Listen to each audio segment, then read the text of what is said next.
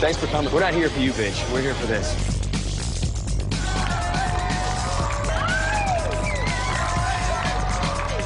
Hello, everybody. Welcome to the first edition of the film reviews. I'm Alex Lehew. I'm Trevon Williams.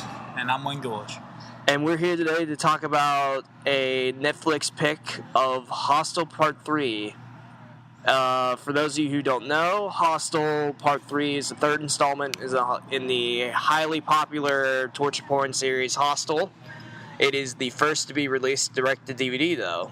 And I think this is going to be an interesting review because it sounds like from what we were talking about before, you guys have much different opinions than I do about the film. Yeah, what can I say? I mean, there were some interesting parts. I mean, they should have had more, gory scenes and whatnot. I mean, I think they left some things undone when it came to the scenes of torture and stuff like that.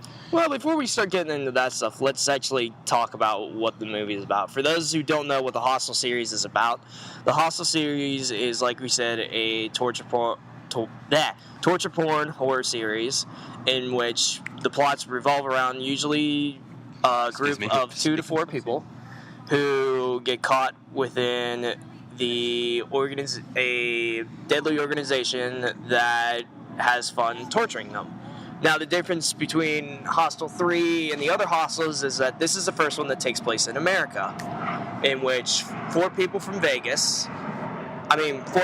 Vegas, and they are quickly captured and put in these games, not only put into the torture, but they are put into a game known as Wheel of Misfortune. Shit's messed up. It is. Wheel of Misfortune works as high-stake people gamble on how the people are going to die and how they're going to beg in certain ways. Like, for example, there's one character in the movie who begs by saying, "Please, I have a family," and some people bet on that and won money off of it.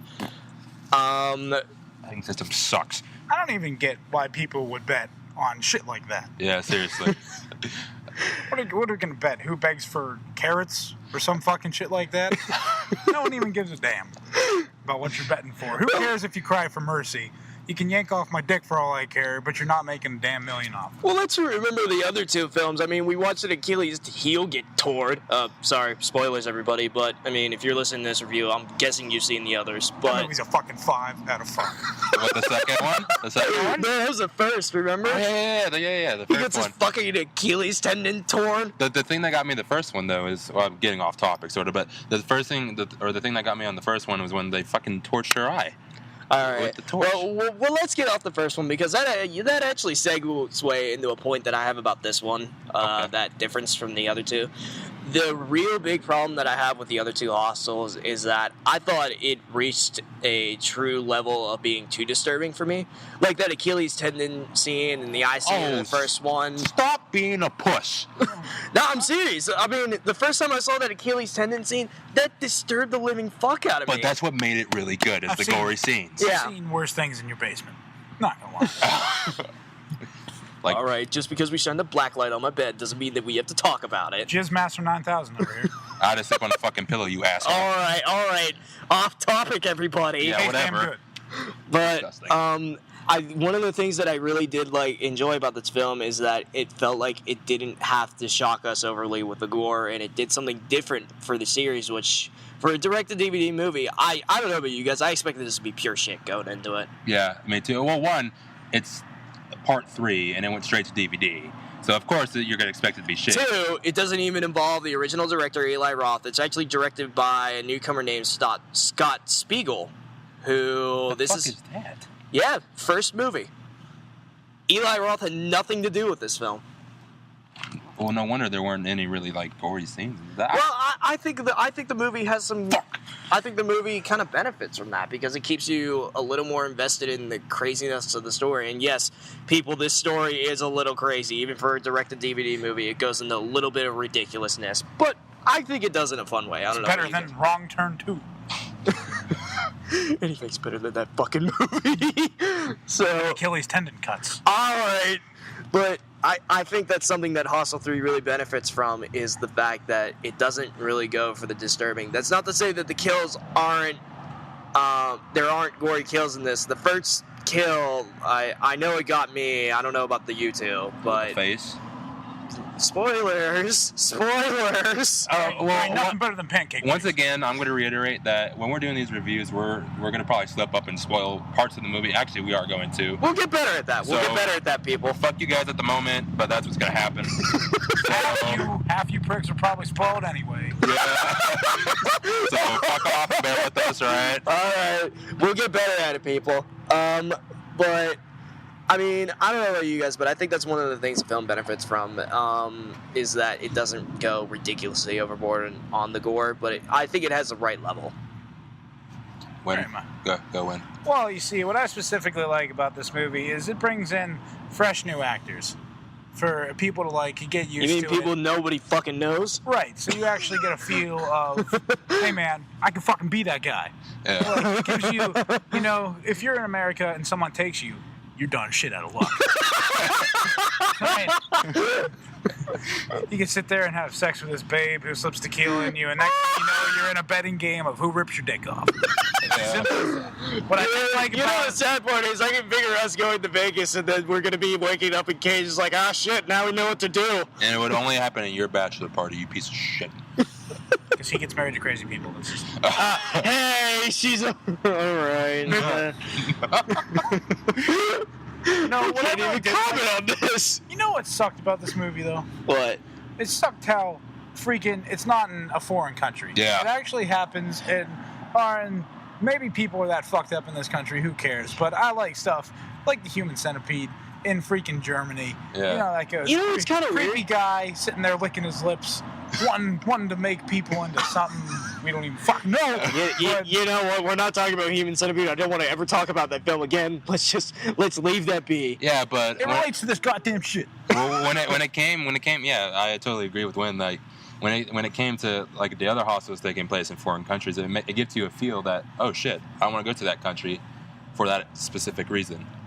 See, I feel like that's where I kind of differentiate with you guys, though, because I kind of like the fact that it was in America. That kind of made it more like creepy to me. Obama can't help you now. How did it make it more creepy? I think it's just because, like, it's the thought of, oh shit, this can happen in our home country too. Because the other two films, I was like, it only happens in Europe. Now this one, I'm like, oh shit. Yeah, well, but Anything happens in Las Vegas, fucking. You're in America, and you're. I know most people probably out there are dumb as shit, but I know you're not stupid enough to sit there and get caught, and do stupid things. That's a very good point. There are multiple points in this movie where all of us would have looked at the situation that these guys were in and said, fuck that really quickly. What happens in Yeah, I know. Vegas stays in Vegas, including your death. So, I'm pretty sure if you were bagged and gagged and taken to like a stripper party, you would be the first one out of there. No matter how many fucking strippers were at that place. I'd still have a hard on. And then that's when they would yank your dick off. Alright, well, I guess I do have to go into the things I really didn't like about this film. Like we said, it's a direct-to-DVD movie, and the budget shows, not just with cinematography and editing, but I mean, just some of the kill scenes are just so ridiculous and stupid. There's one that we don't want to spoil, but you really only see half of it. Spoiler alert. No, I didn't spoil anything. I'm just saying, like, you guys probably know which one I'm talking about. I like Was it with pancake face. the Yeah. I mean, there's two death scenes in this movie that you can tell were only in the movie because they had no budget whatsoever, and it's really a shame because when the first kill was really, really good and got us off to a good start, it just kind of goes downhill from there. I like pancake face. He looked like a smiley fry. Spoiler alert. Who gives a shit though? Because I already disclaimed If you it like before. smiley So fries, fuck you. watch this movie. Smiley fries. Kids, get your smiley fries now baked red. Oh! All right, but I don't know about you guys, but that was the main problem I had with the movie. Another problem that I had is just some of the twists that they try to have. I mean, they're just so goddamn ridiculous. So goddamn ridiculous. As in like overused, or ridiculous As stupid? in overused. We've seen them before, and it's just in this movie. They just feel ham-handed and stupid. Yeah, but you gotta admit, like the the final twist was. I'm not saying that one. I'm not saying that one. Yeah, I'm not saying that one. And you fuckheads, this isn't a spoil because I didn't say what exactly happened. Yeah, but So- no, I agree with you. That last one was kind of cool. Yeah. But I don't know how you guys feel about that criticism. Well, with the twist, I mean, they were overused. That's the thing that got me, is that they were overused. I mean, other than that, like, right. some of the twists were cool. I mean, I'm not gonna lie. No, I'm agreeing with you. The final twist in this movie, guys, it makes the movie worth it. It really is cool to see. Even though you maybe it's very funny. Maybe if you've seen it like a few times, you know, it's still the way they presented it. I just think it's so goddamn ridiculous how they do it. Yeah. You want plot twist? Watch Shutter Island. I'd still do Leo. And that retains this in what way? Plot twists. Oh, good point. I'm interested to hear how your criticism on the less than stellar kills and the plot twist, though. I have no opinion. This movie was a $2 rent movie. Done pissed me off. Well, why did it piss you off? That's my question. Because I was watching it with you. Oh. Any other reasons? In all reality, this movie just sucked. I mean, I even I started playing Game Boy half the time. Yeah, your Pokemons. These guys will vouch for me. I was more focused on a fucking Blastoise more than this stupid killing bullcrap. Okay, people, just so we're clear, he's not going to do this for every review.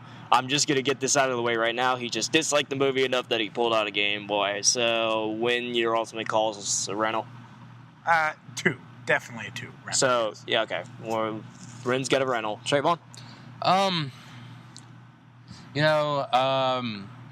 would probably give it a rental too, only because I agree with when, like, it was total bullshit. I mean, it was. I understand they were on like a low budget, but that doesn't mean you need to make a movie crappy. You know, you just need to. I mean, the some of the death scenes were cool. The ending was okay, but still, it's like, just stop making the Hostel series here, because you're just making it worse and you're making it go downhill. Damn. Wow. I really differentiate from the two of you. I gotta be honest with myself. I'd say it's probably a $5 movie for me, just because I think it did enough different from the other Hostel films that it kept me interested. I mean, that's one of the main things that I really liked about it. $5 to rent. Yeah. Bye. Go to the PlayStation store, rent it for $5. Get back to me. Yeah. I mean, like I said before, I think the twists are sometimes ridiculous. But when I said it was ridiculous, I mean, some of them were ridiculous in a good way. It's in a funny way, where it's just, that's so fucking crazy that's kind of funny. And I just think it's one of those movies that you sit down with a bunch of friends, crack open some drinks, get some food, and you have a good time with. Courtesy of Lehew. Yes. I mean, I just think it's one of those movies. I think it's one of those movies that if you're bored on a night and you and your friends want to watch a horror movie, I mean, pick it out. It's a solid option in my mind, especially if you're a fan of this series. I did fucking bullshit. Absolute bullshit. You know, I don't. I mean, I don't want to. I don't mean to be sitting there shitting on your opinion, but like, I mean, I don't know. I don't even know what to say about this movie anymore. No, we're gonna differentiate on opinions in these movies. It's gonna happen. If you watch this movie and you like it, I will give you my email. I will leave in the link down below, and we can have a private discussion on why you like things that suck. So this is a hint for everyone. When we do the Amazing Spider-Man review, it's going to be very polarized. I haven't even seen that shit yet. Yeah, I haven't either. Because of someone. Is that a $5 movie night? We'll see. We might have to do that. Okay. I mean, I think that's it. Thanks for listening, everyone. And let's see. Once again, this is Trevon Williams. If you didn't know and you didn't get the memo, I'm black, so whatever. Yes, he watched the movie as a black man, and there's no black man in this movie to die first in the horror movie. Well, holy shit. Give me a fucking cookie. You know? Jesus Christ. First horror movie not. Oh, man. Oh. Does that knock it up a notch for you? I thank Obama. Like I said at the beginning, I'm Wayne Gillish. If you ever want to debate, I will leave you my email. I'll have a nice conversation with you. Good luck winning. If I'm one hell of a bastard. And this is why this site's going to be fun. And I'm Alex Lehew, and you can expect our next review for The Amazing Spider-Man up later this week. Thanks for listening. I'll add a touch of sass for you. That's right.